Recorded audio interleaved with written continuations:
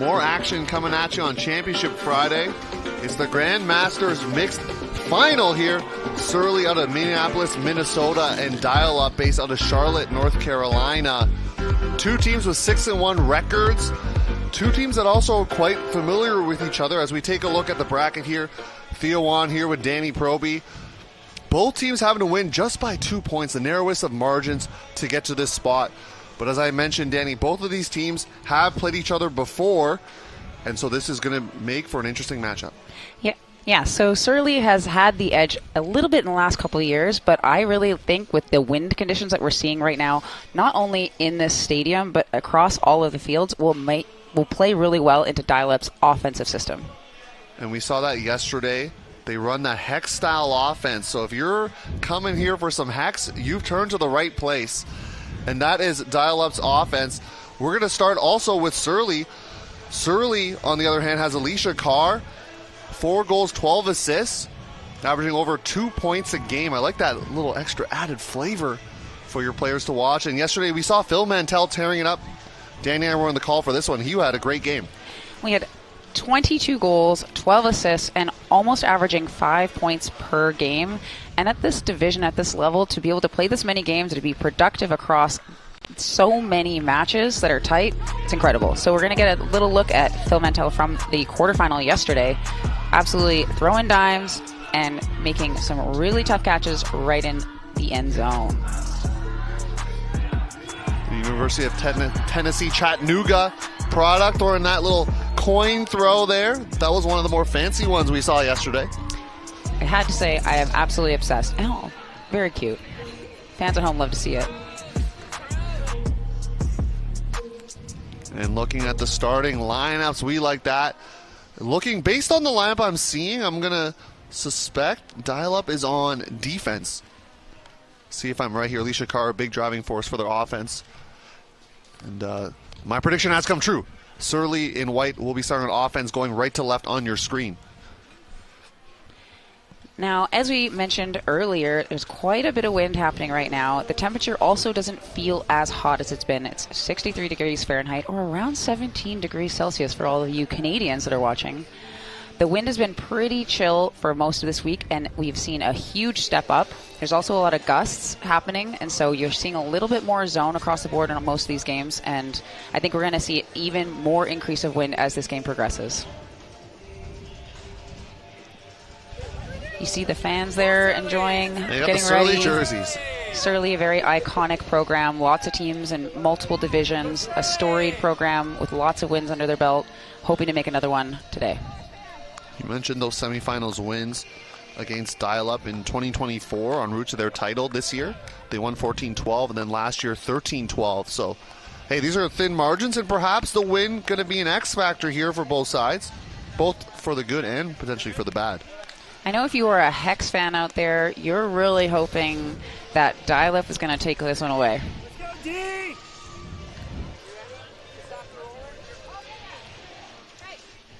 First look at the Surly offensive line.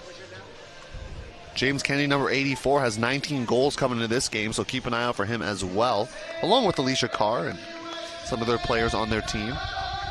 Lionel Winiger requested to just be called one name, Lionel, number 19, so he'll just be referred like the artist Seal. He'll just be known as Lionel.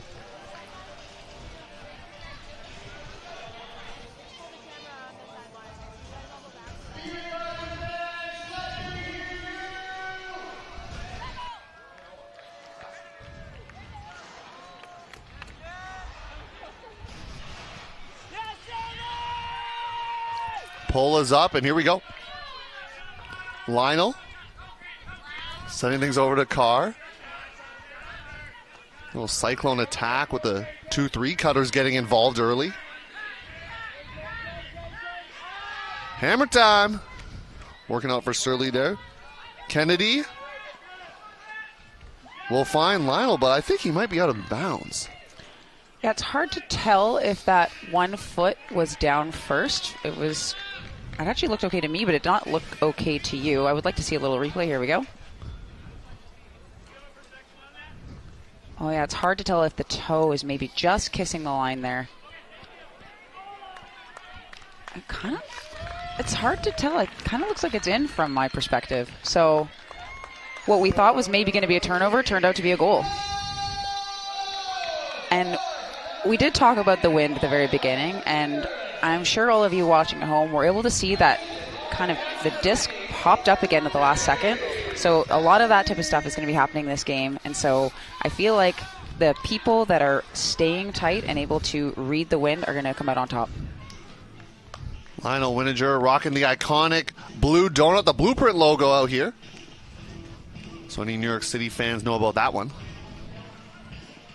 And a former coach of this Blueprint squad, and they made a big run last year, making it to the national championships. The People's Team. The People's Team, that is true. New York City Blueprint.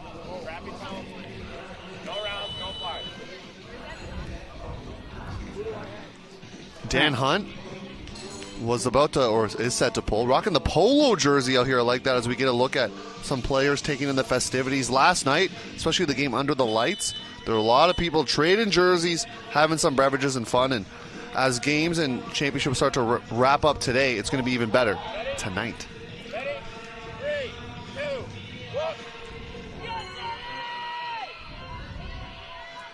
Hunt going with the flick roller pole, putting Sasha Resnick in this dial-up offense perhaps in some trouble. We'll see how it goes. Resnick is a big part of their team. Perfectly placed pole. I've been trying to get athletes that I coach to learn how to do that for years. It's incredibly effective in WFDF especially. Yeah, you got to talk to Dan Hunt after because he nailed that one. Number 11 in white. Resnick stuck there. Great pressure and a block here from Surly early on. Hunt with the disc. You hear them yelling value. Value, value here as they're trying to cash in this break. Hunt. Couple fakes. This throw popping up. Can someone save it? But there's some contact as players trying to locate the disc. That's going to be one of those ones where you feel the contact, so you think it's a foul, but maybe you wouldn't have had a play on the disc. But you can't tell. You're on the ground, so you don't know how far up in the air that disc was and that you might not have been able to get to it. So in this situation, the players on the field can be saying that we don't think that impacted the potential outcome of the play. That is 7 yards out of bounds. I understand where it landed, but what important to me is how high I was out, and I think I had a play on that. I'm going to disagree with you. I touched it. Someone's catching it. I touched it from here. All right, is it a foul, contest, no contest, or should we go? I'm going to, no contest, play. It's fine, it's play. Okay, so it's coming in here? No contest. Give us a second, train. Yeah, no count. So an accepted foul call is the resolution here. You want that? You want that? Yep. Ryan A strike with the disc. 3-1.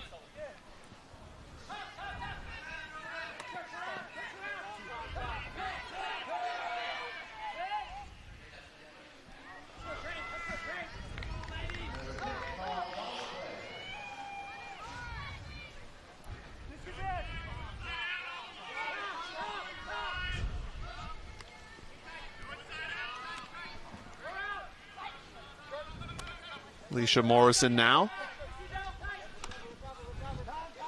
It's early in their end zone set. David Kittner trying to move the mark. And that throw results in a turnover. Trying to go with that around, but perhaps the wind playing some tricks there. Yeah, the wind is definitely going to push any of those arounds down towards the ground going to that side of the field. So those resets can be quite challenging.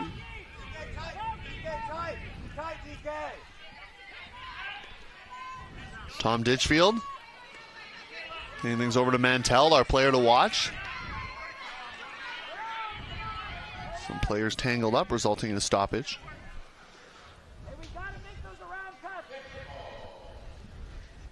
Morrison going to come off the field here.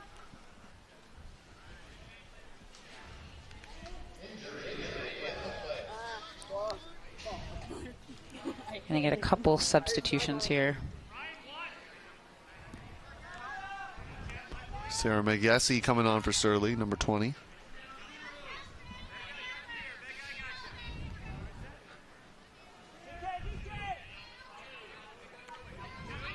Anthony Grillo getting things going. As Mantell looking deep. Looking for Ditchfield, but it's taken away by Hunnan. Not so, because it's caught on the second effort. I absolutely love that play. So often, you wouldn't see people kind of continuing to chase those down. But when you see somebody going up for the disc and you're not sure if they're going to be able to catch it, you may as well go put yourself in a position to catch that Mac. Have you ever done like any of those Mac trains on the beach and all those types of things? That's exactly what this moment is for.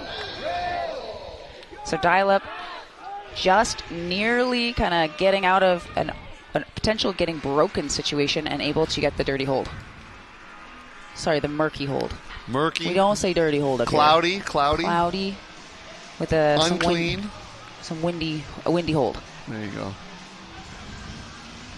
So the thing about these foul calls and stuff is that if you are able to try to avoid that contact, like in that one, there was clear play on the disc. The person had a position. There's not going to be a foul call made there. But on the one earlier along the sideline, if you know that the disc is going to be out, you got to try with every single ounce of your being to not make too much contact. Otherwise, the disc might end up coming back, even though it was going to be a turnover.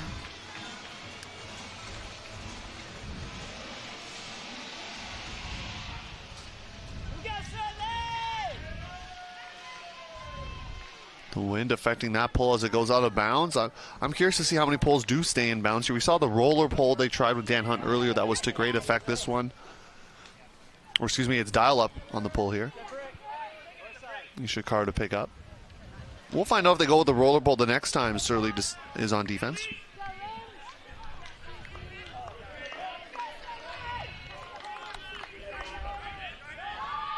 Looking deep right away. It's Graham Brayshaw. And then Brayshaw is blocked. See if there's going to be a call here. See him reenacting with his right hand. That pole play was not exactly what I was expecting. I was assuming with two people going deep that there was going to be someone slashing under, but the handler elected to actually just shoot that right away. You definitely got all disc on it. Yeah. But I definitely felt like you were hitting across my arm as I was reaching down. Would that be affecting my block then? And I got it. Clean block. Even if you're clean block, if there's contact as part of it, then it's still a foul, I believe. Would that be, yeah.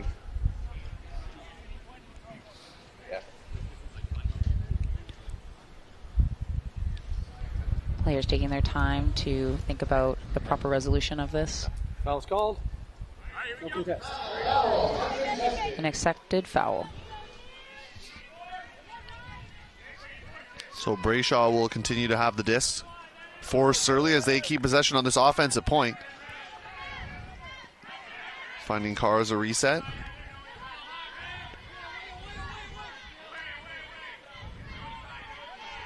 Winninger shaking free and now working to this close side.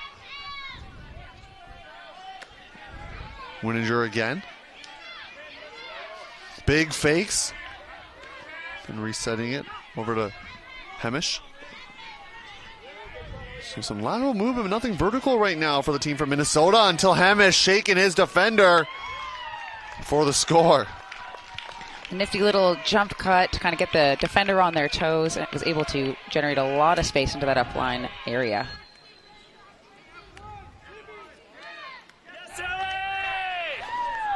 So Surly pretty pumped up for their hold. The public address announcer, I'm not sure you can hear that on our mics, but he's been a gem for the last 2 days, just bringing a lot of energy to the fans, and it's just great to see, and we're expecting more tomorrow as well for the finals. I told him earlier, as I was walking up here, I said, "You are my favorite person in this entire complex." And he said, "Thank you." It was a great interaction. He's bringing the vibes. It's true. We've seen a lot of teams dancing and just enjoying the music in between points. Don't know if that's going to happen at every tournament, but certainly here, it's been a welcome addition. For us, we played so well with it that when we were having our meeting last night, we told our team to bring our speaker with the Bluetooth onto the field between points because it was so helpful actually having the music. So it's such an important part of these finals. It's such an important part of these stadium games. It is making the atmosphere electric regardless of the score on the scoreboard, but right now we have a 1-point game. Do you think it helps loosen up some of the members of the team too? Just have some dancing in between points, things like that? It's physically and mentally relaxing. Keeps you loose. Chris Church resetting it over to Amy Young. Amy Young now double zeros in purple, finding Resnick.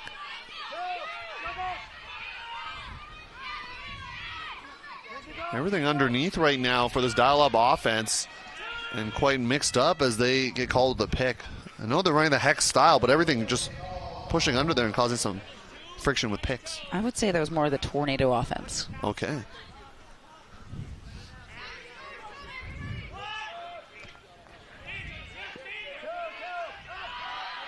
This we're going up, seeing if Young can track it down.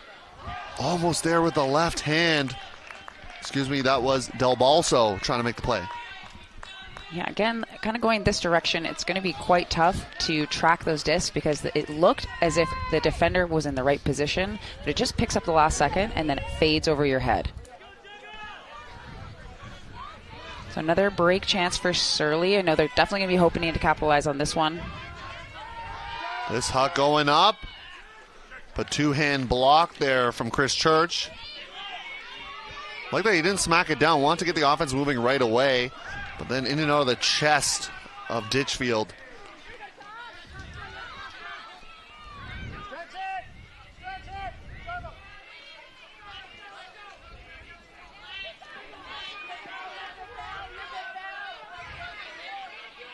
See Surly running a similar hex style offense here. Good pressure from Del Balso causing that turnover. Jenny Zumbush was the intended target. Murray. As Church going up the line, instead it's a visionary throw punctuated by a layout from Ditchfield. I would say that's not a layout. That was a swan dive. It was absolutely like chest high. I don't know what happened with their spine, but absolutely incredible catch there for the hold. I can't wait to see that multiple times. Not looking like grandmasters out here. Oh, he's doing the rock on sign as well, rocking the sweet mustache. Part of his look out here, Tom Ditchfield. And here we get the visionary throw, just hangs. Incredible grab with the left hand. I also love, it's not a celebration, but to stay on the ground, you're like, oh, we did it. I don't need to get up right now.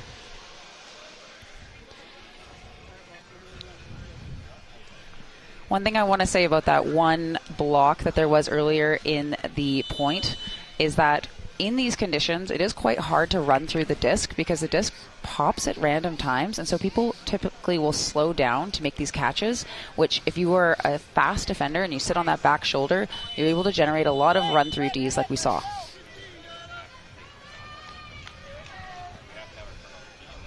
Catherine West, who's played for Charlotte Storm, set to pull and getting things going. No breaks so far from either side. Offense is holding. Carr. Number of dragon thrusts in the past. There's a few of those on this Surly team, and perhaps experience winning national titles and a world's title in 2014 going to help them. Wininger. You're sending back to the aforementioned Carr. Carr has a receiver going deep, going to air it out. That's James Kennedy. Doorstep, but then hounded as a player running through. That was CeCe Enstrom. Those ones are tough because everybody's rushing to get into that end zone. Everyone's feeling that desperation to be able to punch it in. Got to take that little bit of a wider angle to avoid bringing your check into the lane of the thrower.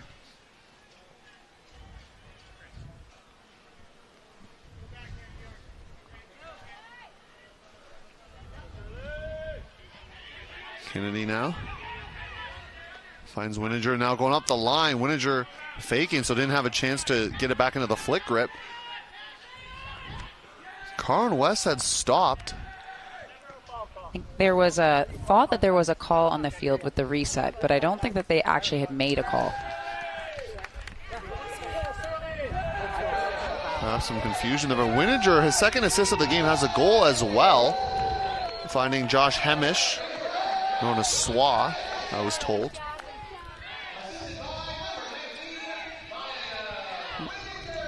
Now that has happened a lot. I've seen it happen a lot on the field where there's phantom calls or calls that people think that happen. Say you have somebody on your team named Rick or Nick, and you're yelling I've their had that name, happen. and then everybody thinks it's a pick, and then they stop, but there was no call.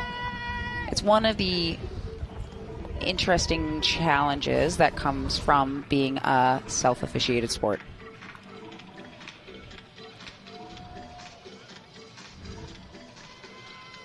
So again, that defender kind of coming in a little tight on that first one. And we're seeing the kind of not foul call there, and everybody else stopping. Well, not everybody.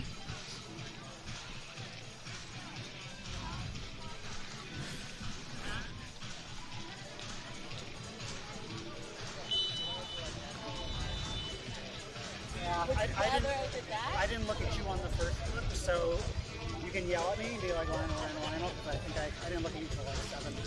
And I got a contact. The Surly offensive players looking and having a conversation about hitting their resets. I did notice that they did seem to look off quite a few open players. Here we see another roller pull out to the side. This is quite effective in WFDF because instead of being able to center it if it goes out of bounds by accident, you have to take it on the sideline anyways. But these roller pulls, fully in bounds. Looking for Mantell, but too far for number 1-5. And the wind definitely, let's say, helping out Surly in that circumstance. Will we get our first break of the game? Dial-Up's offensive points that they've had turns on each of them so far. They haven't been punished for it yet without getting broken, but perhaps this is the point. That's certainly what Surly wants as they come out in now traditional horizontal stack.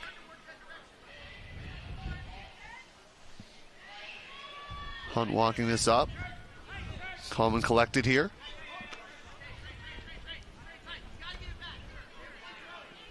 Hunt now thought about the hug, having Kittner going deep. All the players tangled getting up in the middle of the field, and Kittner and Jeremiah Gagné.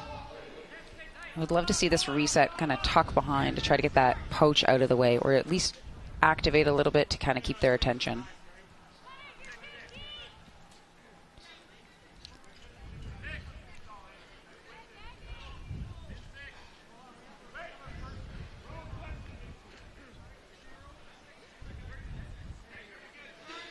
The reset your timeout is Sarah Megiesi, one of the members of Mental Toss Fly Coons. We'll talk about them later, but a Montana-based team back in the day. Big throw coming up here. You see the wind affecting that one. Won't work out to A strike. Would have liked to see them hit that nice under that was timed, but I understand sometimes you just got to shoot. Especially on a D-line. You're a D-line player, right, Theo? Right now I'm no player. Retiree. Free agent. Free agent, all right. You heard that here. He's available.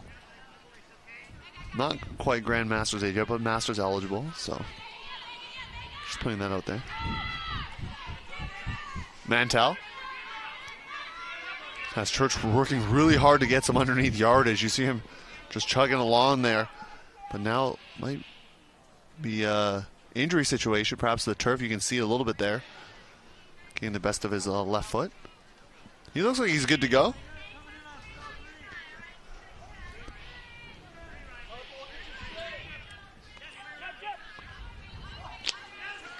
Tough inside throw. Pretty hard to catch these in these conditions. Hunt has a strike for the score, and that's a break for Surly. They're excited. They're doing a little dance.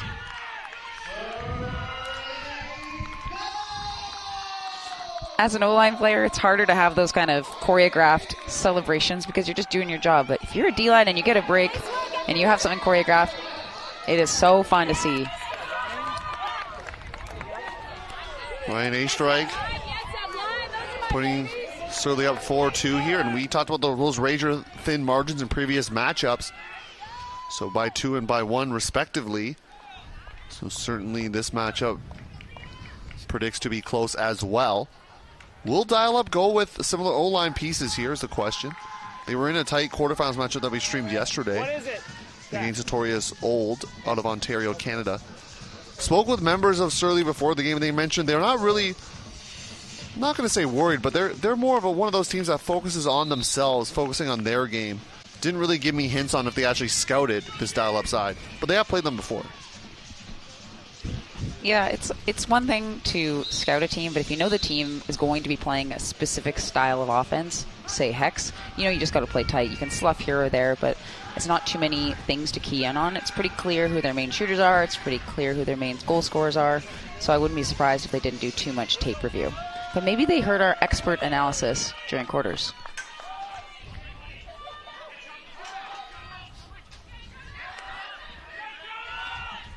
Resnick back out for another offensive point here.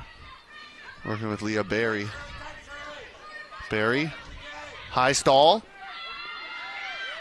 But laying out Hunt. But there is a call here. So don't celebrate just yet if you're Surly. So it looks like it's going to be a foul on the person trying to get a reset. If you're Dan Hunt there, you're disappointed because that was a pretty clutch layout block in that moment.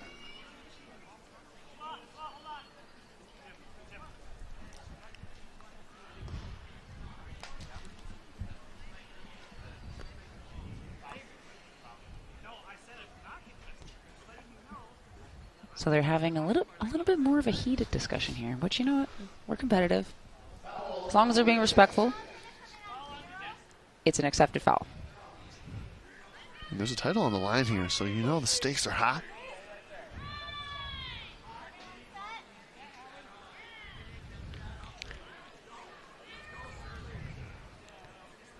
Here goes, sir.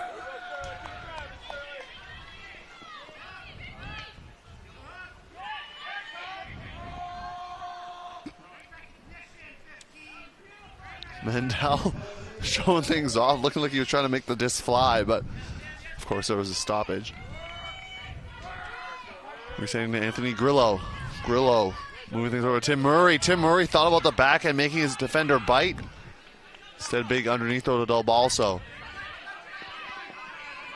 Del Balso once again.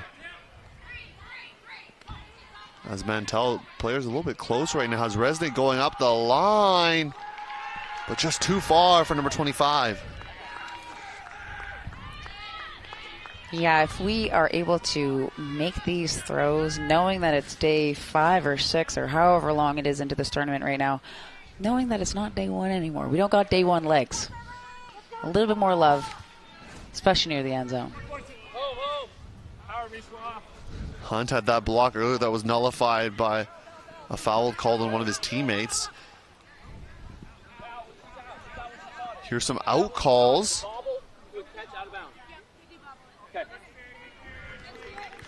Immediately accepted.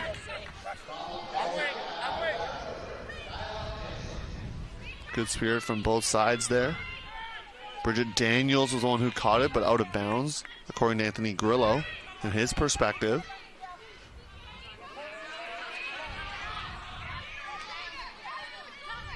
Ditchfield finding Barry. Let's work it lateral here. Grillo, a couple open side backhand fakes. Eventually finding Murray.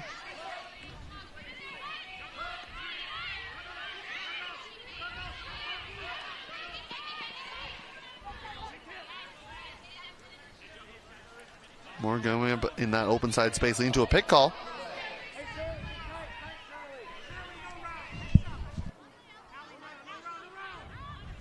Sneaky throw, Murray finding Ditchfield. Now, even though Dial-Up was able to punch this one in, it must be pretty, how do you say, comforting or encouraging to Surly to know how many opportunities you've already generated in the first half. A lot of the times, if you see your D-line out there and they're generating a lot of pressure, they're getting 2 turnovers caused this point, it really allows your offense kind of settle and be like, okay, our D-line is going to start stringing along some of these breaks together eventually. And O-line can only sustain that much pressure for so long. Getting hyped up here with the music choice. Hopefully you can hear this back at home.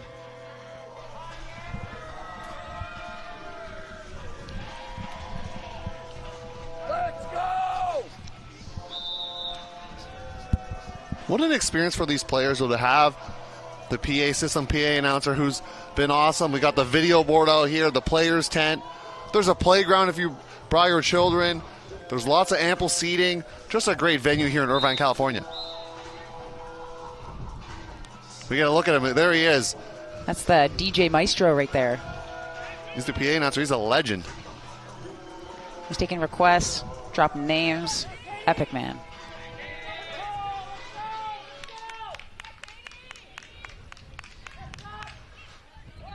Carr having to, and Surly having to deal with the zone look. The first time we've seen this from dial-up.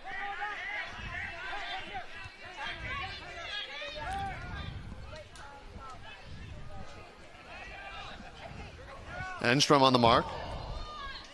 I like that choice to put Enstrom on the mark there because you can see that there's obviously really long arms, long limbs that creates a really big pressure for the person with the disc. See, being very active with the arms too is Enstrom number 2. Wininger content to work it, and then Kennedy gets bumped.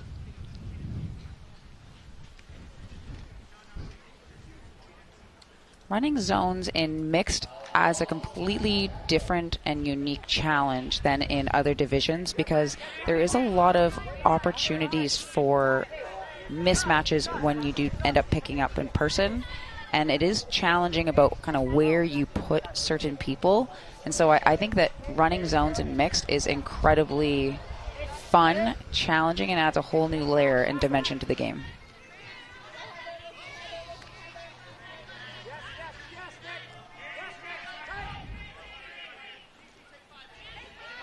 A lot of dial-up players around the disc here. Perhaps causing some frustration for these Surly handlers. Been keeping on that far side of the field, yet to work it towards this close side, where there's a little bit more space right now with how many defenders there are for dial-up in that area. Carr now slicing it through. Can they work it through? They do for now. Brayshaw was a part of that. Now it's Wininger, Lionel. Finding Carr. Wininger is still free. Instead, it's over to Kennedy. Kennedy. Couple fakes. Eventually finding Wininger. Wininger, excuse me. Kennedy then finds Grant Brayshaw for a clean hold for the Surly side. Even though it didn't generate a turn, I really liked this zone look from dial-up. Mixed things up a lot. It applied a lot of pressure for Surly. I think it was just the right time to use it as well. Really intelligent play defense calling.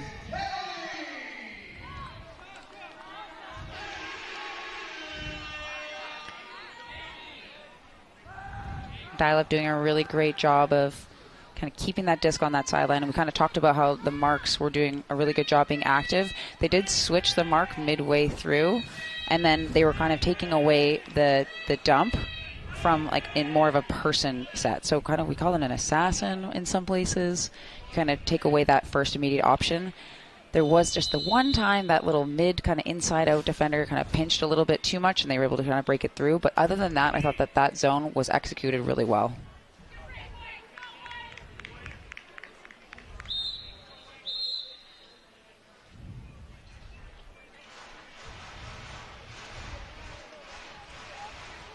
More or less the standard offensive line here for the team from North Carolina.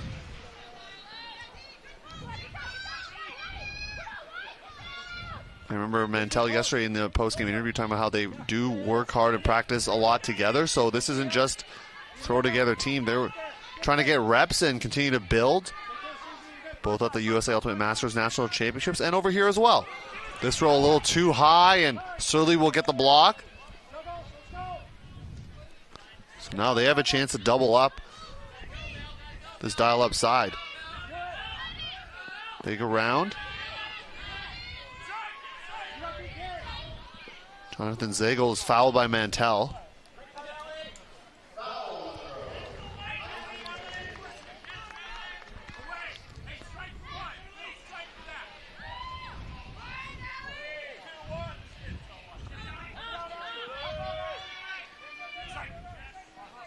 Great little cut there, a scoop cut, as it's sometimes known as, by Donovan Weeb. Weeb going timeout on the sideline, so get a chance for me to ask Coach Danny what she thinks about a timeout being called on the sideline. I mean, it depends on the situation. If you're looking downfield, I didn't see any cutters in a favorable position to get open. I think the resets were having a hard time getting open as well. Surly trying to dial up another break. You're trying to double up this dial-up side as they're up 5-3.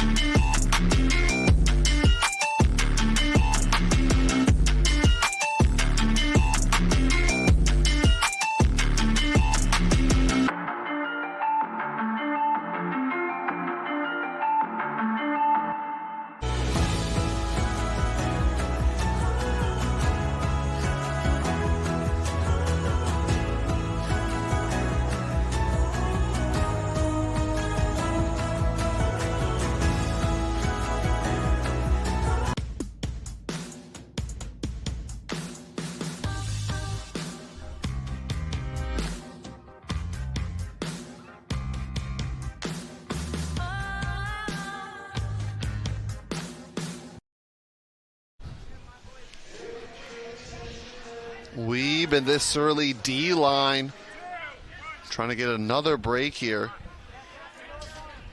Weeb rocking the wing. Gretzky 99 is going to go for it all with the hammer. And out of bounds on the far side.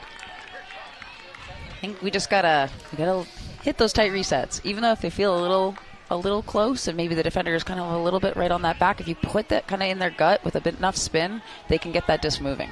Well, this is why I'm personally not a fan of the timeout on the sideline, because then if you can't get that first reset off, you're forced to throw a throw like that, and that results in a turnover, which is a big momentum killer.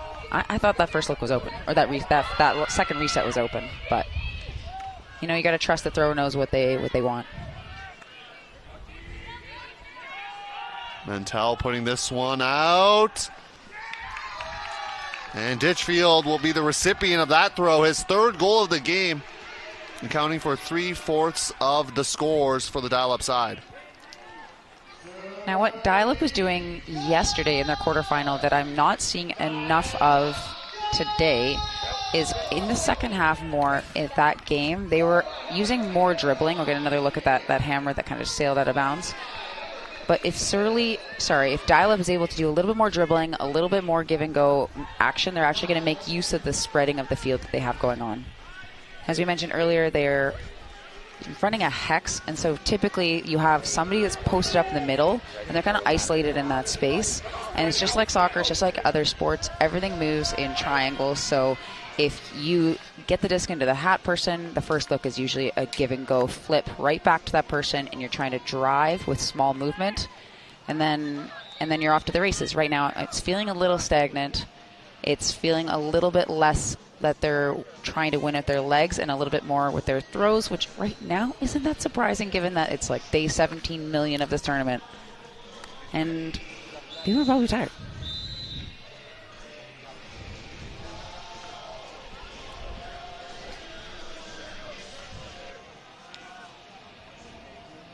Okay, Theo, we're going to make this a little bit interesting between the two of us.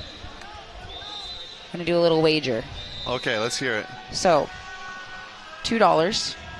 Canadian dollars or American dollars? I'll give you $2 if you can guess the assist and the goal. Assist or the goal.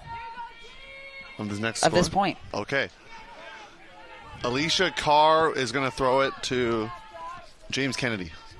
That's my prediction. Not to be confused with Vanderpump's James Kennedy, DJ James Kennedy, if you know what I'm talking about. If you don't, that's very useless information. Look at how many players from dial-up are near the disc right now. This zone look.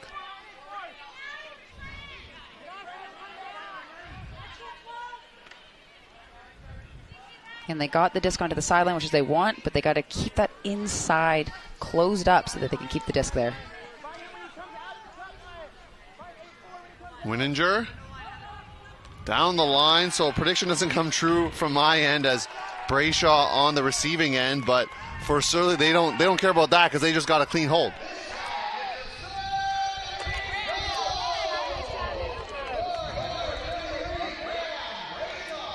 You know, the Americans listening at home don't know this, maybe, but $2 in Canadian is a toonie, and that is worth, like, how much in American? Probably at least like $3 or more. $4? The dollar's not doing well in Canada.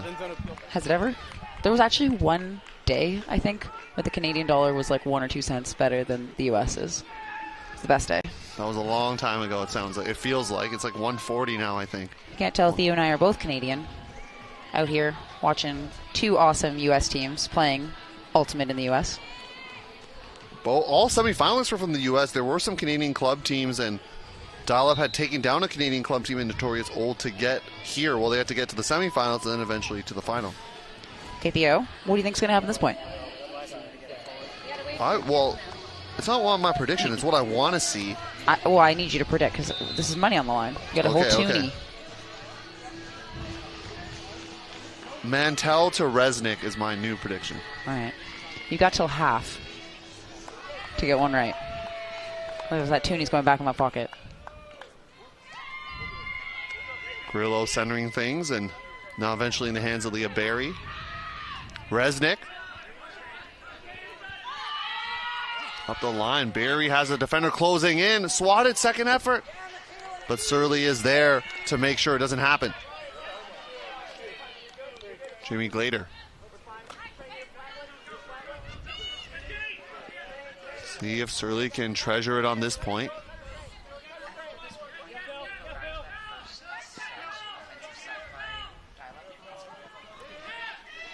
David Kittner moving things going. Now in the hands of Morrison. Kennedy playing offense, but he on the D line. Kittner, nice big around as they're at the opposing brick mark. Or Surly.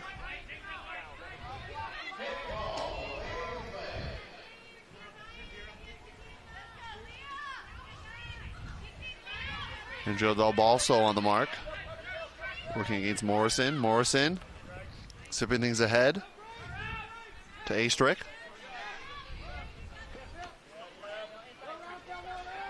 Nice around throw. Flexing on them is Gagne. Kennedy on the receiving end. All right, so we have ourselves another break for Surly. I like the passion Gagne was showing as well. Flexing the biceps out there, the Pythons. So second break for Surly. They've had 8 opportunities. It's not necessarily like the highest percentage, but it doesn't matter because they're up 7-4.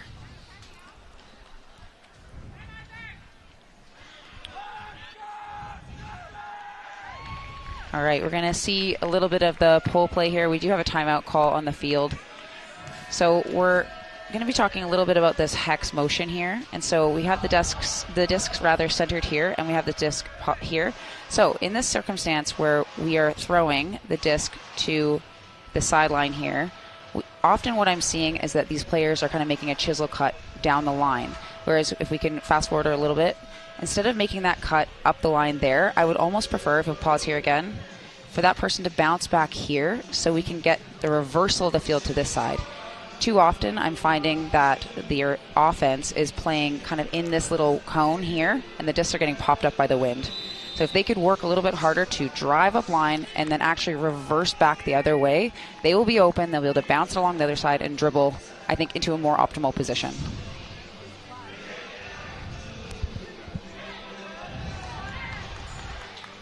I speak because I've played Hex, and I've done that exact cut 1,000 times, and I got yelled at by my coach, stay in shape. And I'm like, I'm in shape? What are you talking about?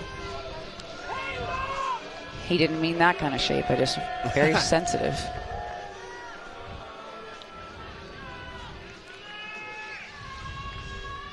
All All right, not an insurmountable lead. I've called a game so far at this tournament where a team was down 7-11, and it was Universe. So, you're dial up. You're still in it. Stay dialed in.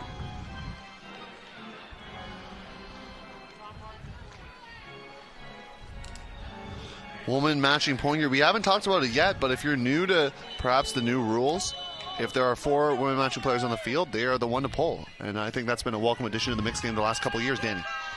It actually does change how I personally set up pull plays when I know where the pull is probably going to go. Because typically there's like a range for female matching pullers versus male matching pullers, and the types of pulls can often be different. And so I will actually change who collects the pull and where we run the plays to as well. Next door to Resnick. Resnick always a safety valve, as Mantel remarked in the post-game interview.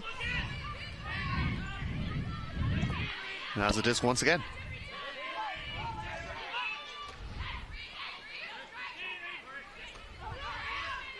Dial Up doing a much better job of kind of moving the disc a little bit more quickly, changing the angle of attack, and shooting to a completely open player. Can you keep the feet in?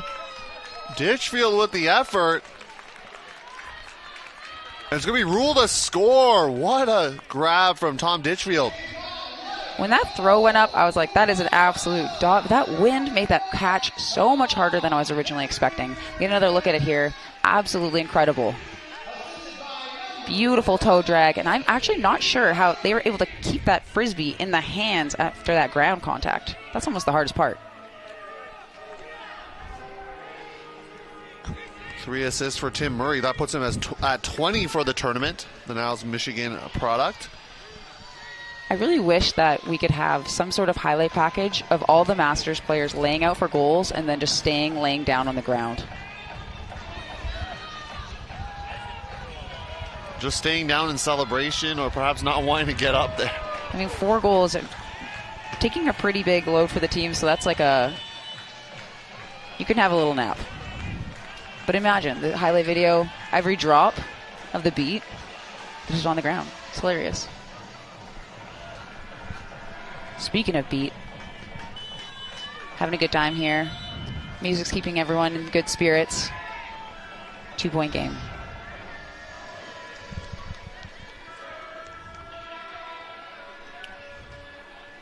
Can Dial Up call in a break here, because they have not been able to do so far.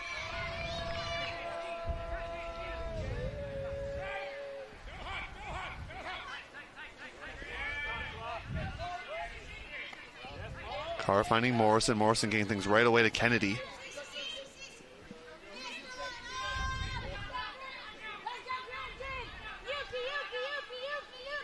Hamish finding Winiger, scoring through the contact, making sure both players are okay. Look at the spirit right there.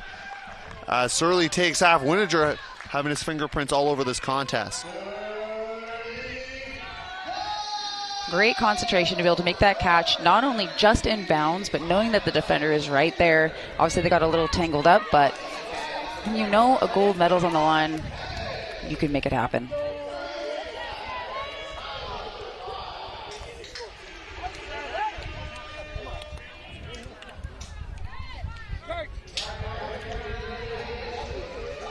Surly up 8-5 right now. A big reason why is number 19, Lionel Wininger. Being all over this game, and that throw almost popped up earlier, but he was able to keep that foot in bounds.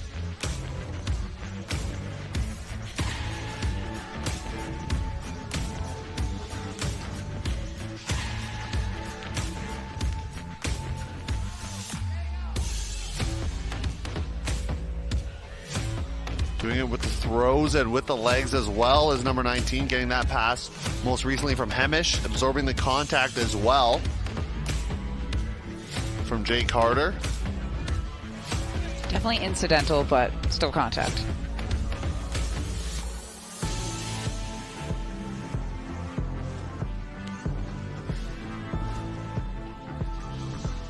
Get a great look at the stats here, and something stands out to me. It's the goose eggs on the right side for Dial Up. Yeah, I definitely liked that zone look they did the first time, but maybe kind of keeping Surly on their toes and mixing up the looks, maybe switching back and forth in person. backhand, forehand with some zone looks, I think would be good to kind of stop the momentum and stop the flow from Surly. But right now we're just seeing a little bit of offensive dominance by Surly. They're making great decisions. Their cuts are assertive. They're swinging the disc laterally really, really well. So they just played a really great first half.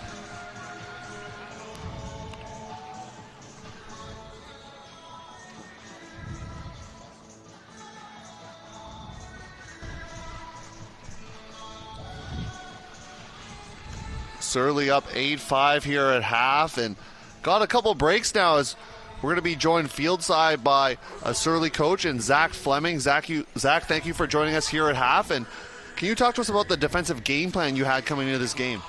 Yeah, thanks for having me. Our game plan is we're 26 deep. We run hard. We run fast. We trust our athletes downfield. We trust our throwers. And we're all here to play. We're here to have fun. We're here to drink Surly in the pool. So it's been good. Now, was there any specific adjustments or things that you were focusing on for this game, knowing that your opponent is dial-up? They played them last year at Nationals. They sort of had to make a comeback, I believe, to beat them. So we kind of got familiar with their game.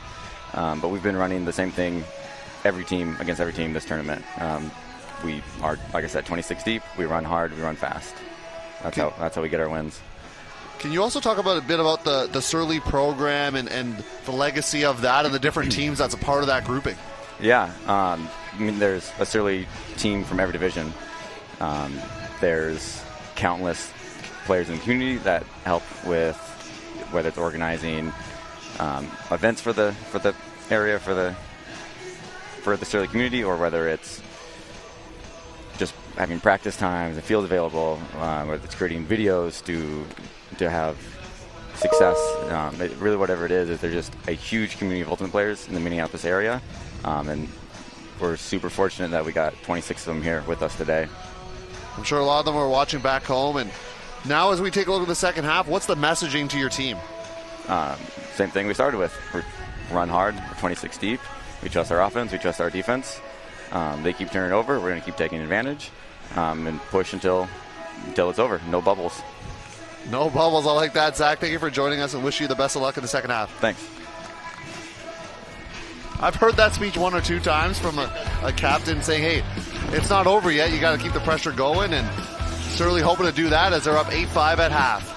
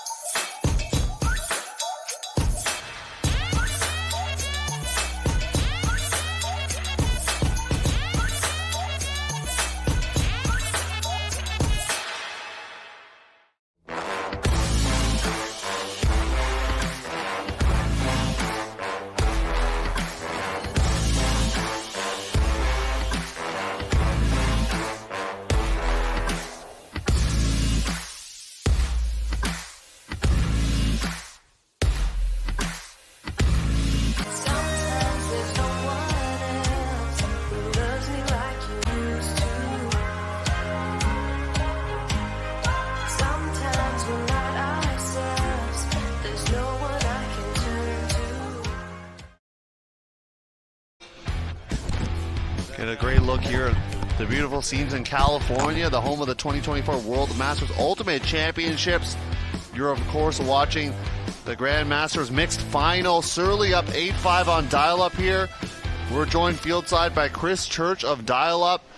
Dial-Up needing a couple breaks right now. And so what are you going to drop defensively there, Chris?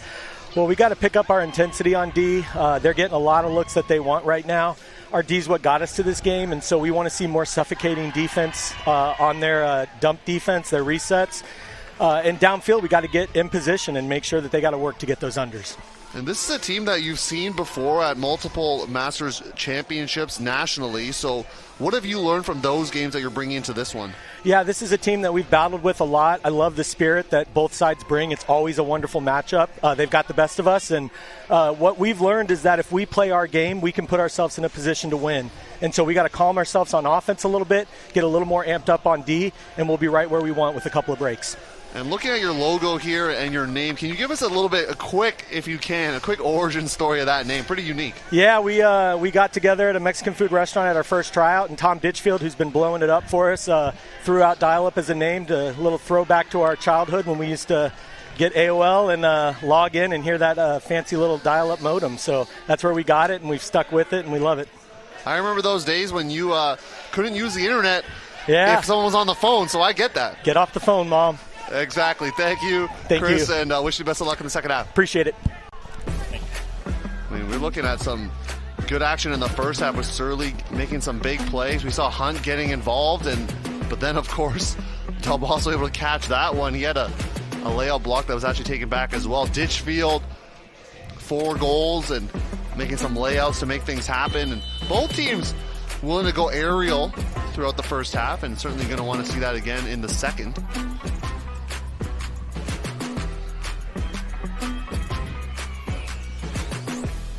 And this is the best one, the highlight of the first half, in my opinion. Ditchfield really nice with the toe drag out there.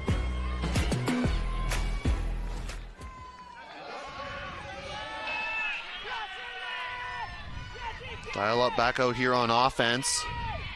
There's a saying in Ultimate, and that an 8-5 lead at half is the most dangerous score in Ultimate, and I have both lost that game being up, and I've won that game being down. So it is true, and let's hopefully see if Dial-Up is able to make this a 1-point game at some point soon. Especially when you start on offense, because then you make it 8-6 and just need a couple breaks there. So just a couple breaks. Just a couple. I mean, Surly did it. Certainly Dial-Up can feel like they can do it as well. Resnick is the target, and will go up strong with 2 hands, receiving the pass from Anthony Grillo. I love that look. Know thy receiver. I've seen her go up strong with 2 hands time and time again. So perfectly weighted disc. And also really good job for all the other players on the field to make sure that their checks are occupied so that deep space can be isolated. Quick correction there. Marja Grillo on the reception, so Grillo connection for the score. All right, so that's one of the nicer, easier holds Dial-Up has had so far in this game. So coming out of the second half, if you're a Dial-Up fan, you're feeling a little bit more comfortable.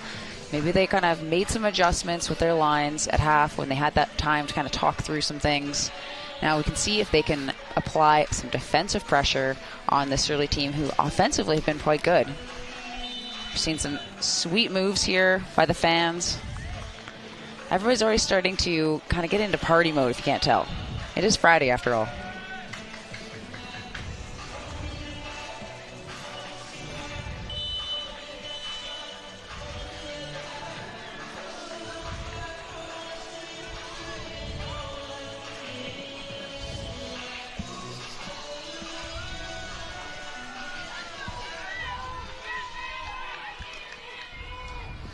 Carbon doing a lot of heavy lifting. Won that world's title, as I mentioned before, with Dragon Thrust.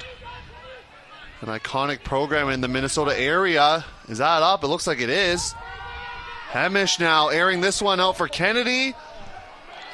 And it will drop right into the breadbasket. It looked like Grant Gardner had a play and then maybe lost it in the sun. Okay, I was wondering because I was like, if you just leave your feet, I think that's a block, but the sun is kind of in an awkward position if you're running that way. It is getting to that time of day where things are starting to get a little funky. The wind is impacting you. The sun is in a tough spot. It's actually only going to get worse from here on out. Dial up with 6. Surly with 9 here in the second half. You hear them in good spirits, both of them joking about the sun. You played in that time slot after this one where there was a point where the sun is kind of half on the stadium, and it seemed like it was quite difficult to sometimes see. It does change how I was calling pull plays for sure. We have a lot of pull plays that we want to run to a particular side, and I was not able to run those same pull plays because I didn't want my receivers to be slashing across the field looking into the sun. And so it did kind of change our angles of attack a little bit. But right now, the sun is kind of like right above them. So no matter what, if you're looking up into the sky, you're getting beamed by some light. Beams by some light. Eardrums being beamed with some great tunes as well.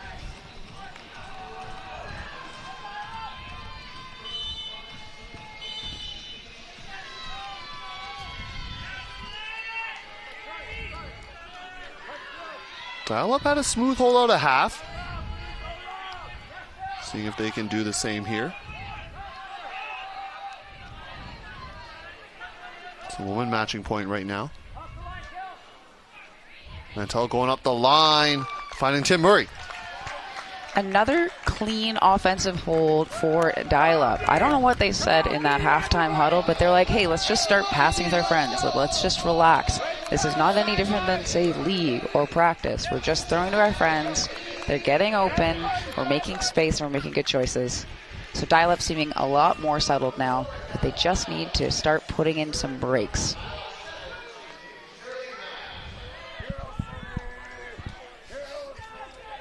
That is certainly true. If they were just to continue trading, they would be on the losing end, be silver medalists. I'm sure they're hoping for some bigger aspirations. Aren't we all? Byron Hicks, USA Ultimate, taking in the sights here, helping all the different national teams that have been brought here from the U.S.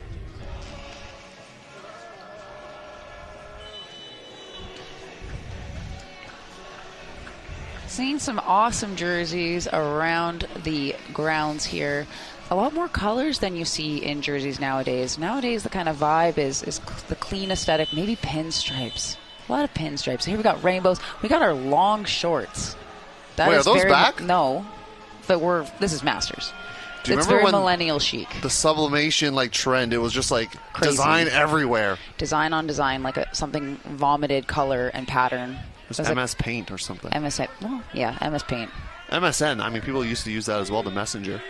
Kennedy not able to survive the ground contact there, so this is a dial-up break opportunity. Jay Carter finding Rim Vilgalise. Carter.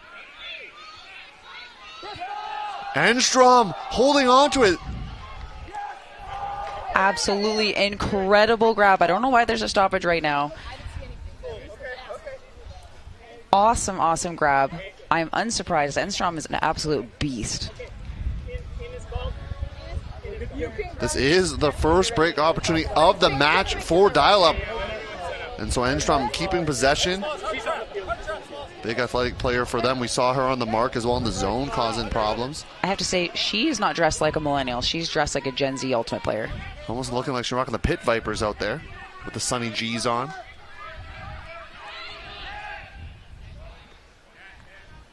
Catherine West catching that one, but it will go back to Vilgalise.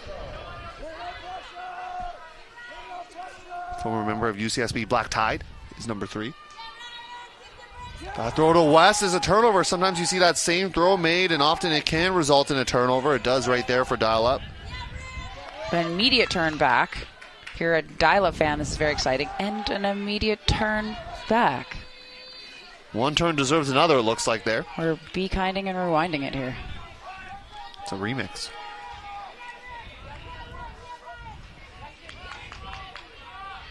Wininger. Needs something. High stall zipping that one. And just off of the chest. You hear the audible O's from the crowd. Catherine Cleveland had read it. Now, one thing about a D-line offense, if you have not had a lot of reps on offense for most of the game, it can be quite challenging. All of a sudden you have the biscuit and you're like, I don't know what to do with this thing. I haven't touched this thing all game. And so you're seeing a little bit of maybe anxiety or just not nerves and not as much trust on the throws and the cuts. And that's pretty common. Enstrom getting it underneath, easily dumping it back, and is really working her matchup is number 2.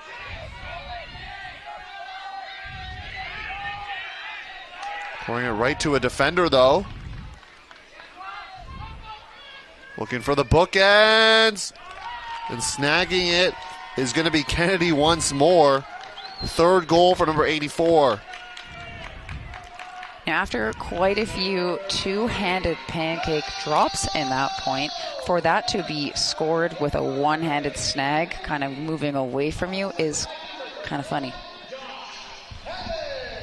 I know that Dial-Up is definitely going to want that one back. They had a few opportunities, so we're going to see some of the turnovers here.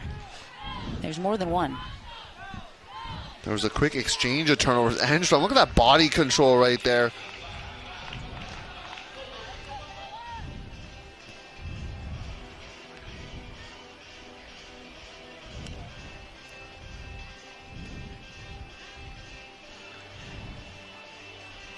Yeah, you do see the disc there kind of just getting picked up at the last second. And then we have the huck, which is well placed. But again, just kind of, you just have too much time to think sometimes on some of these catches. And it's coming right at you, and there's no defender. You're in your head. It's like pole collection. A lot of people are quite uncomfortable being a pole receiver because it's you, that disc, no defender. You just have to catch it, and it freaks people out. So a bit of a missed opportunity there, but Dial-Up's offense has been rolling, so we'll get another look at them right now.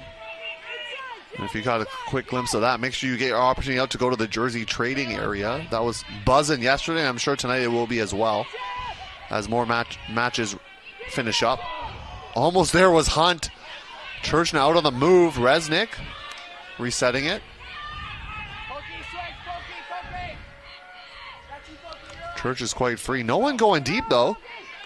Instead, we'll settle it to Ditchfield.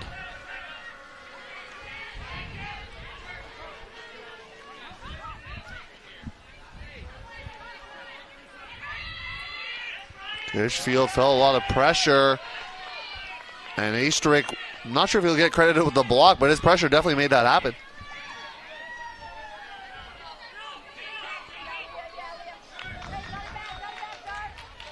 That throw not be able to be scooped up by Hunt. A little bit low, but I'm sure he'll want that catch back as Mantell on the other end will cash in off a Tim Murray assist. Now another hold for Dial-Up. Not clean this time, but they didn't give away the disc for long. They were able to generate, I guess, enough pressure initially for them to be able to make a tough reset throw. Okay, Theo, it's your last chance to win a toonie. Oh, yeah, I don't think I did well in the first half. How about I just predict where the point's going to go? So no. Either a break or a hold, or that's too easy. That's what I was going to say. Is Dial-Up going to get a break or two breaks, and is it going to be now? Those are your options. I'm liking the D-line I see. Pat Hard is out there. He had a great game yesterday in the quarterfinal that we called, so I'm going to predict there's going to be a Dial-Up break here. And Enstrom's been pretty lights out right now, defensively, offensively. That one catch 2 points ago, insane. That was nasty.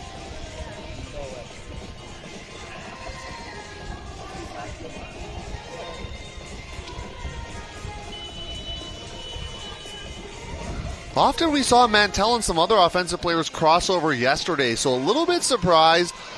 There's still some game left, of course, but a little bit surprised that some of them aren't on the field now.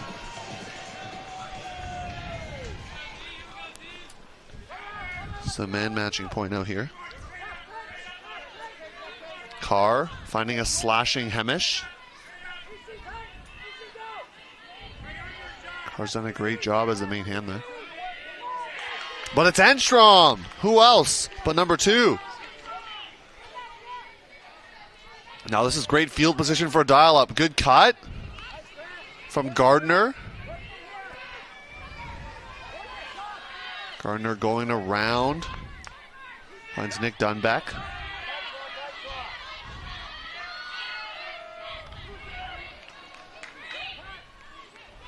Grant Gardner pushing it through.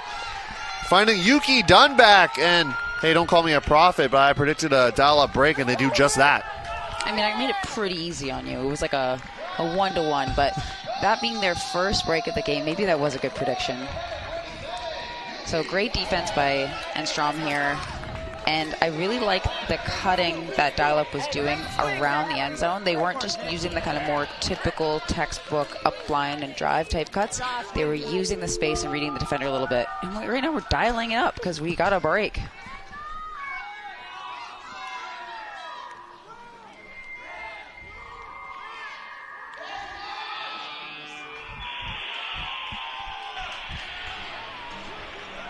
Hey, DJ is on point right now. I remember those dial-up signals back in the day. It's the worst. Mom, get off the phone.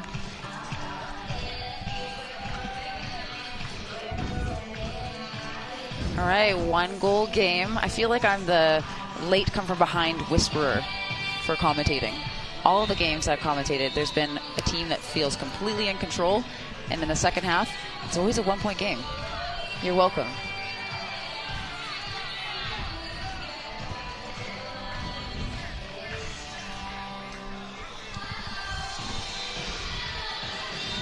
Hey, the players feeling 22 right now as they're in a tight contest. This is Grandmasters mixed final, but certainly some of the players playing like they're 22 right there on the field.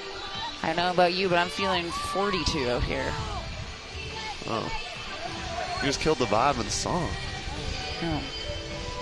I mean, they look great. See if we can string together a second break and make this a tied game. They have Leah Barry, who's playing a lot of O-line out there.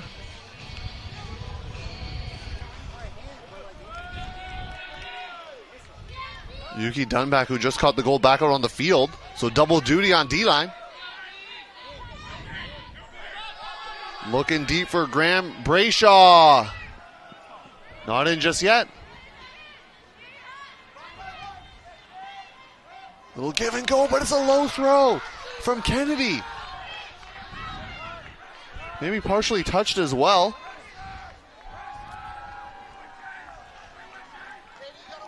Vilgalese. Found Ryan Bell. Not sure if he was hit on the arm, but that throw was aired out, looking for Leah Barry. Barry tracks it with the right hand snag on the doorstep. And a timeout call from Dial-Up. What action here in this final. Whoa.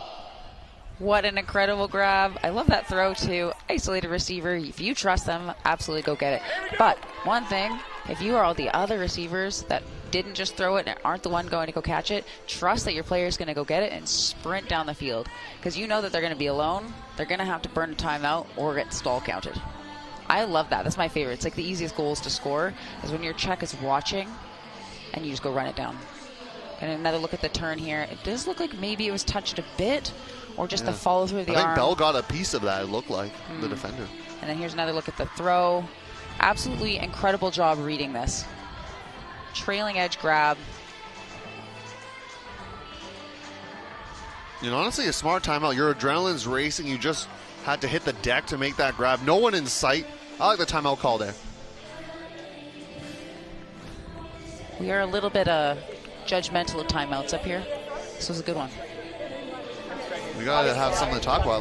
I like discussing the debate of timeouts because you only get 2 per half. You got to use them right. Ryan, you want it? Ryan takes it. Timeout! 30 seconds. Stalling 6. He's coming in stalling 6. Coming in stalling 20 to 3. They got up to 6 stalls from that catch? I'm a little bit surprised on that one. So for all of you sitting at home that definitely don't know this, Theo and I actually do a podcast together, and we try to have really spicy takes, but all of our takes are the same. We feel the same way about Spirit. We feel the same way about timeouts.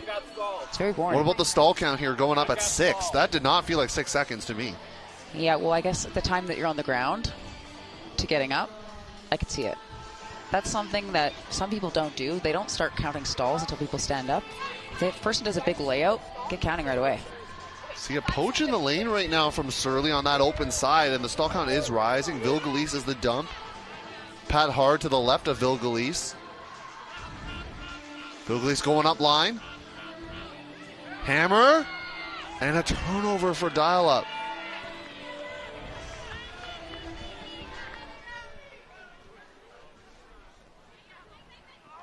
Great effort, but hanging on to it is Brayshaw.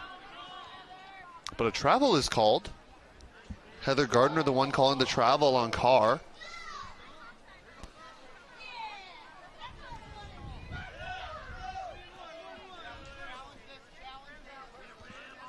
Carr attending Minnesota Duluth. Getting some experience there. Brayshaw. Back to the aforementioned Carr. Surely trying to get on the move. Jamie Glader. Throwing this one up. Blading. Swatted down and almost caught on the second effort. Barry had the big catch earlier, now getting a block. A key one in the red zone. Dial up with another chance this point to get a break. After the first half, not getting that many opportunities, they're definitely catching Surly a little bit flat-footed in the second half. See if they can punish some of these turnovers with another break. This would tie up the contest. Yuki Dunn back now. Zipping things over to Barry. Barry putting this one out. Looking for Heather Gardner. What a throw from Barry as this game is tied up. I cannot wait to watch that throw again because the kind of swagger after that throw was released, it was kind of like one of those like, yeah, I know that's going to be a goal. Like it's almost like a walk-off. Like a shooter in basketball. Yeah, you shot the shot, your hand's still there, you're maybe even running backwards. That was that throw. And right now, 10-10. They got to be feeling drippy. They got to be feeling swaggy after that. Timeout called by Surly, and I'm not surprised after kind of blowing their lead. It was 10-7. It was 10-7.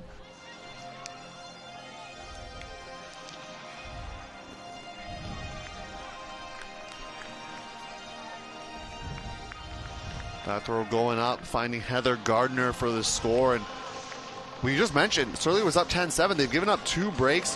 What are you diagnosing as some of the issues with Surly's offense? I think they're doing a really great job finding that first isolated cutter, but I think their timing for their continuation cutter is a little bit off, and they're looking downfield a little too long. And so they get that first cut off, they're looking, they're trying to make things happen with their throws rather than with their legs, which I think was their advantage in the first half. So if they're able to like look, okay, it's not there, bounce it immediately, swing to the other side, and attack with a different angle, I think they'll have a lot more success if they can get back to those basics again.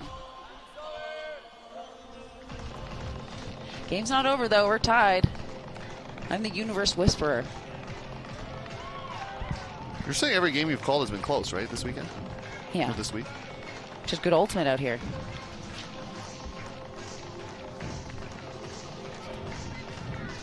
My game earlier, not close, unfortunately. Yeah, we're very happy that you've come on, Danny, despite the loss, but the Canada Masters Mixed team will be going for a bronze medal, correct? Yeah. Yeah. Still something to be excited about here as both teams looking for that gold medal in this coveted Grand Masters Mixed division.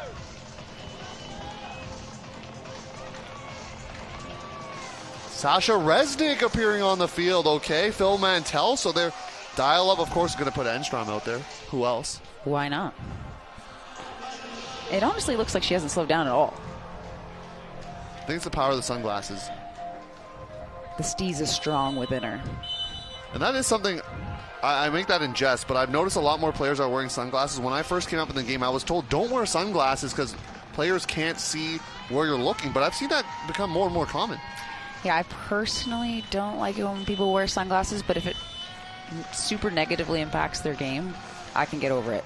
It's like when people wear headphones and warm up and you're trying to do mini and they can't hear you, I'm like, what are we doing out here? Let's communicate. And you communicate with your eyes, but you can also communicate with head fakes. So similar offensive line here for Surly as they have it at midfield with Kennedy. Can you find Cleveland? Cleveland had that doink catch earlier that led to some audible gasps from the crowd. Hemish finding Kennedy. Kennedy has an inside lane and will find Cleveland for the score. Nice. So the timeout clean works. hold. The timeout, I mean, yeah, you got to use them for resting your personnel and making adjustments. I like the timeout call, and I like that offense. Their pull play worked really well. They were able to get that first cut off, and both continuation cutters were well timed. I think Enstrom did a good job on the mark to kind of stop the flow on that side. All right, so we're going to get a look of that play again. And so you can see that we centered the disc here. And then we hit that first one. We have a second cutter cutting under, and then the third cutter's cutting under. But Enstrom does a good job of kind of adjusting that mark right away to take away the flow. It doesn't matter because we get a reset, a reversal, and then a score on the other side. So see that we're working hard to hit a reset, full swing, and then a beautifully timed cut. A lot of people make that cut in the end zone too early, so that receiver, that thrower will get the disc on that line, and that cutter will be already going through that IO space past the mark into the around space. And if you time that a little bit later, it makes it that inside out shot more of a flat throw rather than a break throw. Surly up 11-10 here, and want to give a quick shout out to the president of the Surly Brewing Company who helped sponsor these teams, Omar Ansari, who was a player for Surly and was told he provides some beverages for the team. So what kind of beverages? Do they have any on hand right now? I don't know if they do, but I bet you it's probably a spirit gift of some sort. It would make sense with their team name and their program. I don't know if they hand it out to commentators, though, so you might be out of luck, Danny. Ansari also an owner, one of the owners of the Minnesota Wind Chill, very successful UFA, Ultimate Frisbee Association season, coming off a title. And they just added some big offseason signings as well. Not that this is a UFA podcast, but they're looking pretty strong for the next season as well. Ditchfield looking at the end zone. Couple players there. And it'll be Tim Murray on the reception. Sometimes when you're a thrower and you see a couple people going deep and they both have a step, you just put it in front and hope one of them will get to it. Worked out for them. We are still tied. 1-1, 1-1. Everyone needs to make a wish. Theo, is your wish for a universe point game? Or are you not allowed to tell me because then it won't come true? Yeah, I'm going to keep that to my chest right now.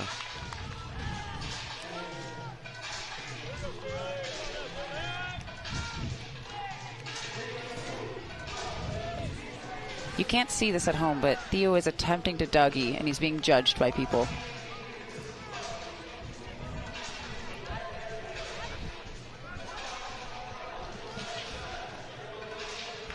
Nice two-hand grab there. Emphatic. I like the celebration, too. He just throws it up, celebrating, pointing to the teammates. Hey, that was you that made that happen. As a thrower, I love it when the receiver gives the thrower some love. It's true. Bill Galise back on the field, set to pull. Steve Elkins, the DJ, on the ones and twos. I don't know if he looks a little camera shy right now, but hey, we got to give him some love. I know it looks warm out here, but you saw that too. It gets quite cold if you're not directly in the sunshine.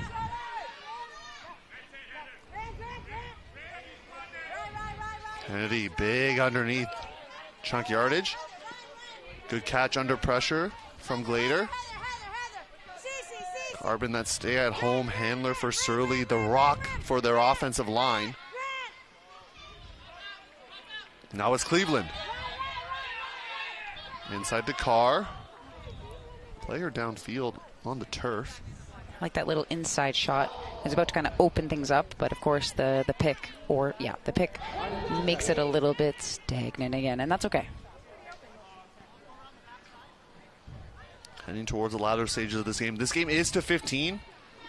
Unless the clock goes down to 0, then it'll be the +1 to the highest score. So you have to score to win at this tournament.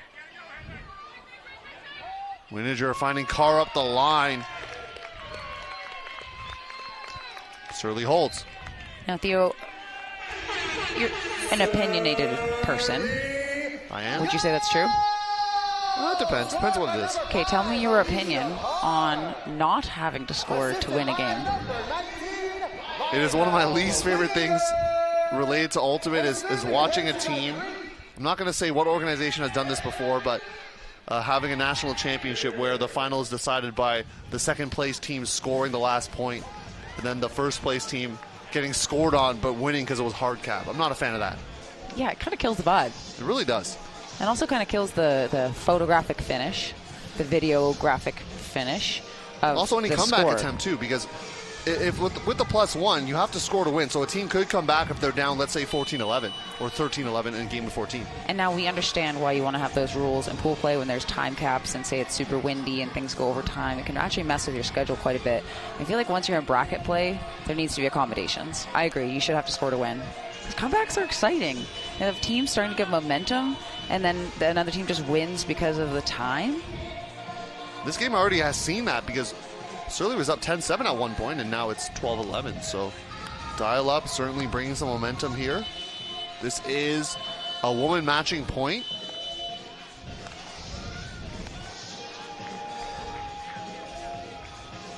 Lori Eck ready to pull here. Big lefty backhand. And just before the brick mark of dial up. Murray has that throw hit by Hunt. He's going to call a foul right away.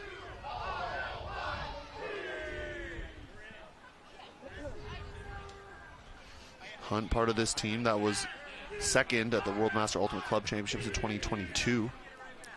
Fun fact about Hunt is I met him and we played Goldtiment together, and then he introduced me to Dave's Hot Chicken, I think it's called.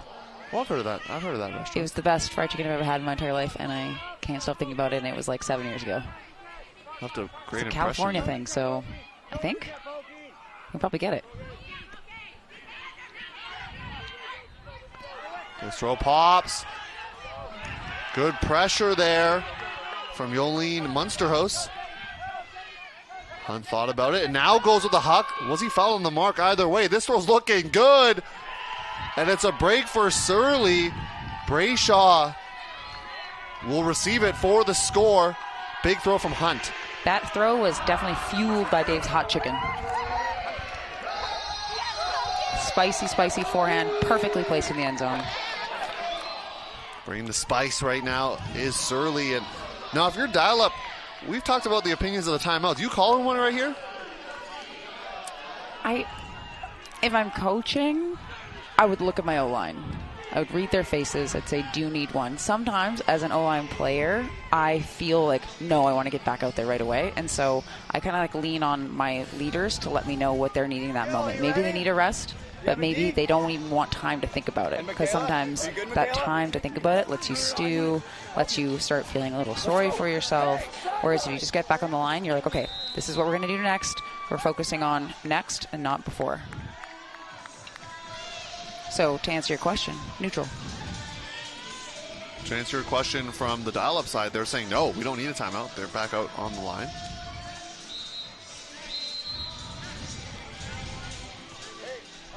Second of two women matching points here. With Ali Ling ready to pull. Attended Minnesota, played for No Touching, and also a team called Love Tractor out of Colorado.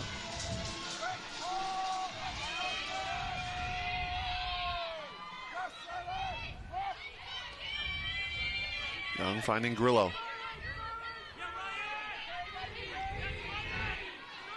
We talked about Mantel at the Open. We've seen him being a little bit quiet for this dial-up side.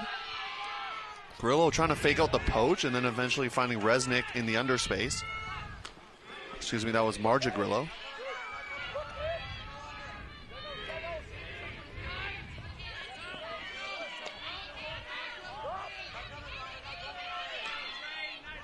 Resnick with it currently.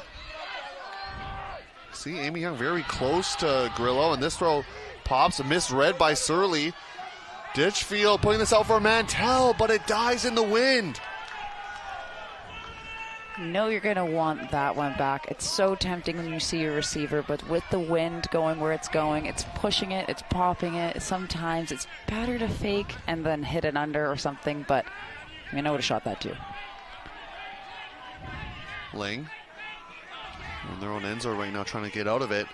So they find Ashtarek, but a drop will give a short field for dial-up. Mantell was about to walk over it, but he was told to go into the stack, and it'll be Grillo instead. Grillo. Inside shot to Resnick. Popped up too far. Kittner will get credited with the block coming out of the stack. Making sure that was not going to be completed. Michaela Slimmer now. Finding Ling. Ling has a straight coming, but there might be a travel call.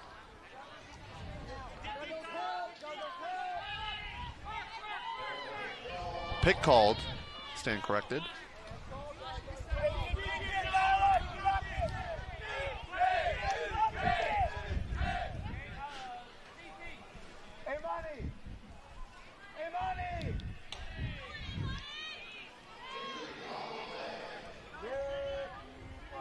So Jill Kiner coming off the field.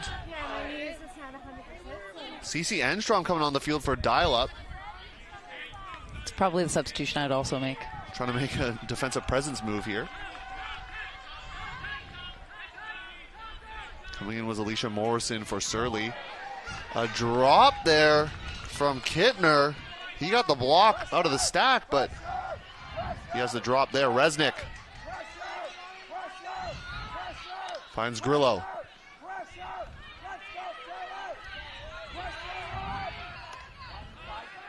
Ditchfield had that errant throw earlier, looking for Mantell. Mantell coming down the open side. Instead, it's an open side backhand for Resnick, which will settle into the hands of Ditchfield. I'm obsessed with Resnick's throws. I've been seeing a lot more of the flick bombs than these IO backhands, but the shape of that IO backhand was so nice with the wind the way it is. That was just able to just curve around and sit kind of in a nice little pocket in the end zone. Super easy to catch. And we've seen time and time again, especially in this game, that things that are a little zippy have been quite hard to catch for people. And so that was just a perfectly weighted throw.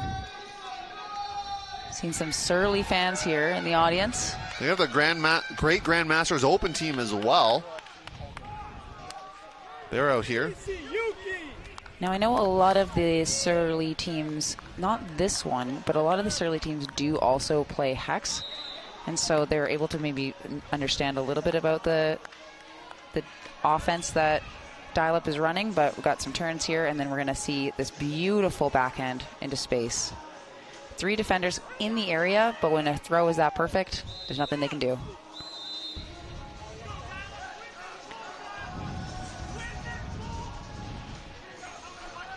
This is one of the more of those celebrations where you score and you just kind of collapse into the ground. Would love it. I'd love to make a highlight video of that. Carr. Finding Brayshaw. Brayshaw been all over the place for Surly. Number 33. Speaking of, that's Lionel. And then a drop from Cleveland. That's a second one for number 38. Seen a couple drops from both sides. Perhaps some nerves under the bright lights of the stadium on the sunny skies. And also just tired legs. All the things that are normally easy feel a little bit more challenging. Powering up this backhand of Spencer Rhodes. Batted away and trying to chase that one down to make sure it wasn't caught on the second effort was Brayshaw. Seen a lot of second effort catches, especially in this stadium where things are swirly. I've seen it where the person kind of max it and then there's somebody able to kind of get the garbage collection. It happened earlier with Hunt. I've actually done this thing when I'm coaching, is that my athletes are not necessarily always ready for the garbage collection, and so I'll say, hey, I'll buy you bubble tea is usually the bribe. I'll buy you a bubble tea for the person who gets the most garbage collection catches, and then they're there, motivated by bubble tea. I think these Masters players may be motivated by something else, maybe a gold medal. Sure, some good motivation here as Carr had Kennedy going deep, but underneath instead to Wininger. Faking the backhand. Rhodes biting a little bit, but then providing a mark. Brayshaw. I mentioned this already, but Carr's been a rock in the handler space. Has it just sent it to her basically every offensive point. Kennedy not in. Winiger. I think he might have got tangled up there. I think that was called before the score was thrown to Glader. Yeah, that's the tough part about kind of making those squirrely front cone type cuts, is that it does sometimes put both players in a kind of hazardous position, and sometimes there can be kind of collisions that happen in those circumstances. But we're going to be counting it as a goal. So right now, Surly is 1 point away from clinching a gold medal. Kennedy is 4th assist of the game, putting him in double digits in that category for the tournament. Yeah, a little bit of clippage happening there. And you can see that the pain starts to set in after a couple seconds. And again, just trying to like seal out the defender, trying to make that kind of a 7 cut back into that space, and they got a little tangled. Timeout called by Dial-Up. Trying to maybe rest some players, put them back out on the line. There is nothing to lose here. Dial-Up looking for a bit of a run here, as they're down 14-12 late in the second half.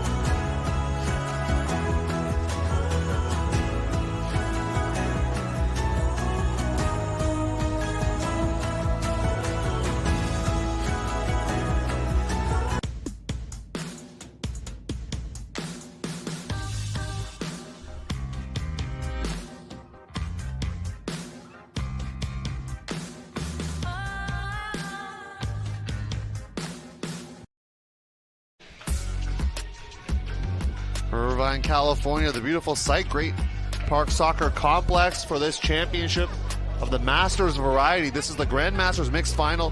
Surly out of the Minnesota area against Dial-Up based out of North Carolina. This is a Dial-Up offensive point here. They're going to need a hold and then 2 breaks if they want to win a title. I've seen it happen. I've seen it happen at these very fields this week, where a team would be up even 14-11 and lose 15-14. So they got to believe. In 2022, Surly fell to Molasses Disaster, another American team in the final. So they're looking for a redemption arc here, and Dial-Up kind of similarly looking for redemption after dropping 2 matches to this team at Masters Nationals in consecutive years. They're resetting to Grillo. Grillo marked by Hunt. Low throw is caught by Resnick.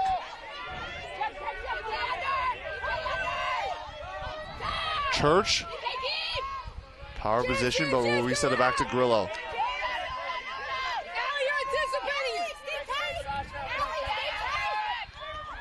Mantell. We'll reset it back to Anthony Grillo. Back throw evades the left hand of Resnick, and Resnick, I believe, will be calling injury sub as well.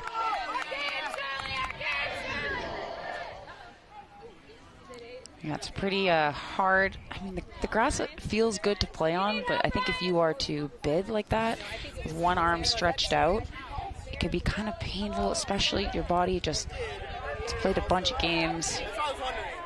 It's not the most forgiving.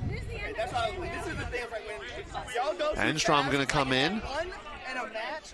A classic move by Dial-Up. Josh Hemish coming in, number 31 for Surly. This is gold medal championship point here. Disc in the hands of Dan Hunt.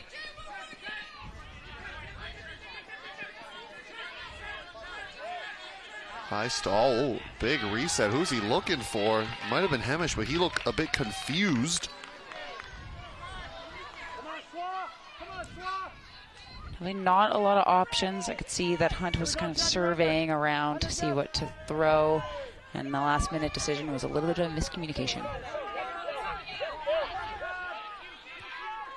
Murray, looking like he's ready to pull the trigger here on the flick. He's going to go across the field looking for Mantell. Good effort from Gagne, but Mantell is up there and ready to catch that one, does so.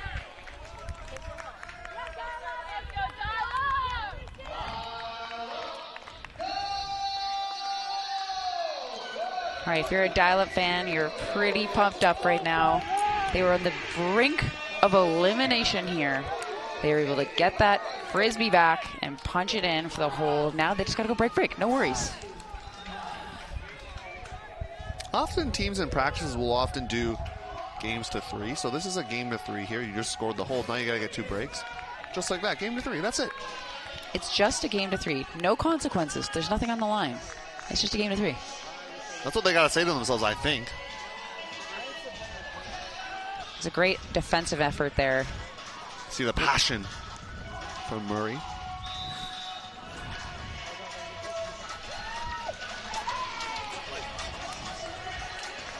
All right, 2 goals, 4 assists, 0 turns. That's a pretty incredible stat line here in the finals. I know those are some highly requested jerseys. A team from Toronto, not quick. Instead of Nesquik. Yeah, It's good. Those jerseys are highly sought after in the trading market. It's my favorite thing about Masters tournaments is that all the team names are so funny. They usually take the name of the team, like Molly Brown, instead they're Molly Gray. Hilarious. Instead of Johnny Bravo, it's Johnny Walker. Amazing.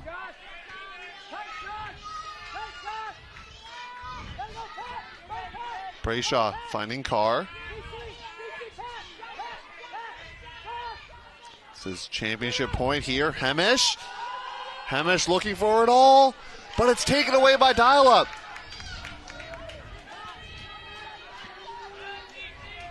Hemish was wanting it, but then a drop. Catherine West, quick movement. Carr flips it in. And Surly are champions in the Grandmasters Mixed Division. Redemption from 2022. They take down Dial-Up 15-13. What a crazy turn of events.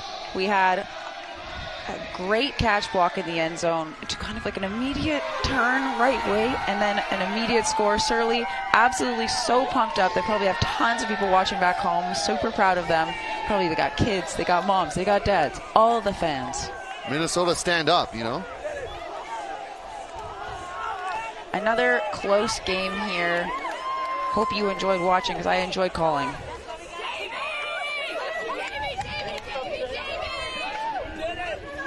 What a contest. Ebbs and flows.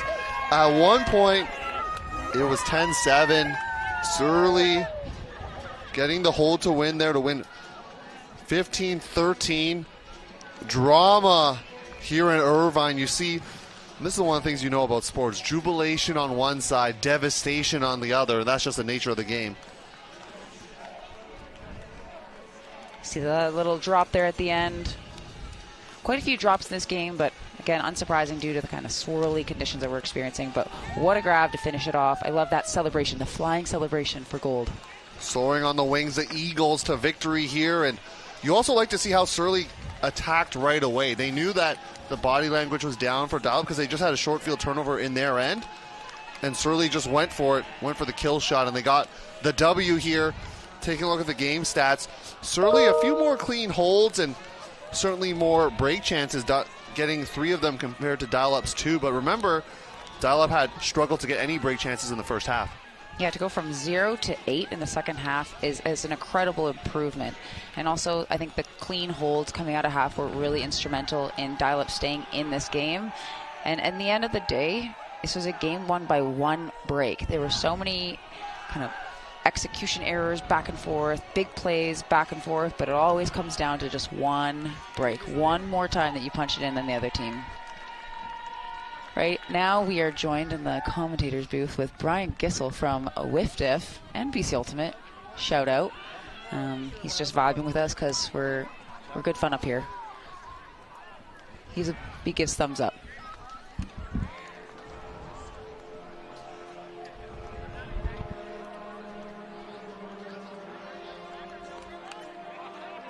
Here with Brian Gissel. Brian, what an event so far and more to come. So just a lot of great games at this tournament.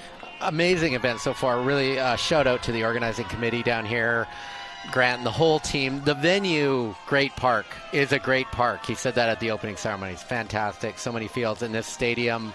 We're happy to be here. We've had 2 great games. We're looking forward to 5 more finals coming up. Great stuff and great work by the whole team here to show us all the pictures. Brian, thank you for your time. We're going to cut the interview off short and sweet for you. I appreciate it. Thank you for joining us. And, of course, a big shout-out to the local organizing committee, as you mentioned, playing a big part of that. And now we're joined fieldside by Josh Hemish. Josh, I'm going to say these words to you. You're a world champion here. Tell me what that sounds like or feels like to you right now. It's awesome. Really awesome. We had gotten the bid back in January, and so we knew we had something to work for, and it's been a long season and feels awesome. So talk to us, because at one point it was 10-7 and things potentially were unraveling for your team. How did you keep the resilience as they celebrate with you? We had the benefit of being in a very tough pool, and we had a team that took it to us in the very first game. We had several games all weekend that teams kept fighting, so we knew that it wasn't over. So even though they got a break and then they ended up getting a second break, we knew just had to keep digging. Talk us through the wave of emotions on that final point. There was an attempted throw there in the end zone, then they have a quick drop and you strike right away. Talk us through that final point. Well, that was probably an ill-advised huck on my part, but one of my favorite receivers was cutting deep, so I thought I could get it there, but it's really tough in this stadium field. We've got big building behind us here that sort of cuts off at the end zone, and those last like 20 yards changes the disc a lot, pushes it down. So the throw that I thought I could get there didn't, but we're always looking to fast break on the turn. So as soon as we saw it bobbling, we all knew we had to go. So I want to give a shout out to your native state here of Minnesota. So why don't you say hello to the fans back home, the whole Surly crew. So why don't you go ahead. Surly Nation for the win, baby. There you go. Surly Nation, stand up. And another team's going to be in the battle later on. So maybe 2 gold medals for Surly out here. But yeah, Great Grand Masters coming up 5:30. 5:30 local. There you go. Yeah, thank you for the shout out, Josh. We appreciate it.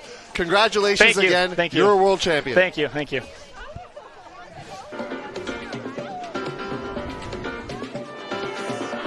What a contest here today. Ebbs and flows, as I mentioned, back and forth, action coming at you. And we got more coming up because we got Grandmasters Women's coming at you at 3 o'clock local time. Elderflowers versus Molly Blue, so stay tuned for that. Elderflowers versus Vans, I stand corrected. Canada versus U.S. in that battle. Big throws happen in this contest. Dan Hunt, that was one of the big throws of the game. Huge flick for the score. And the final grab, Jamie Glader sailing on the wings of Eagles, like I said, as Surly world champs in the Grandmasters mixed division, toppling Dial-Up 15-13.